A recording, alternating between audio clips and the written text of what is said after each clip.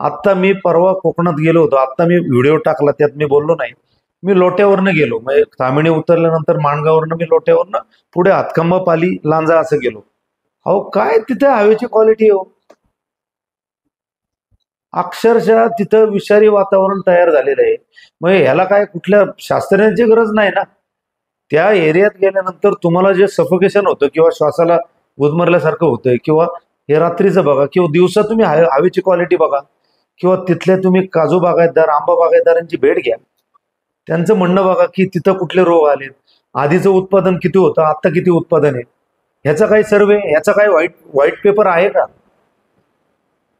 आता मला सांगा, वाटत मिरवणे इथे जो MIDCत प्रकल्प येतोय, मला जे कळलंय त्यानुसार तिथे केमिकल कंपनीज आणि दारुगोळ्याच्या संदर्भात त्या काही गोष्टी येणार आहेत.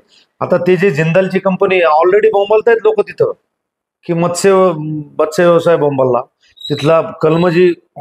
ऍक्च्युली गणपतीपुळ्याला हापूस तसा नाहीये पाहिजे तसा, तो जो येत होता पीक ते पण बोंबललं.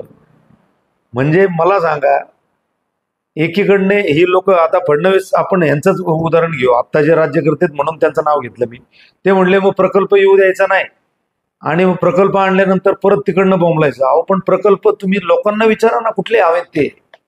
उद्धव ठाकरे काय आणि फडणवीस काय, दोघांनी सुद्धा, माझी विनंती ही आहे सगळ्यांना, सर्व राज्यकर्त्यांना, तिथल्या स्थानिक लोकांना विचारा की तुम्हाला कुठले प्रकल्प हवे.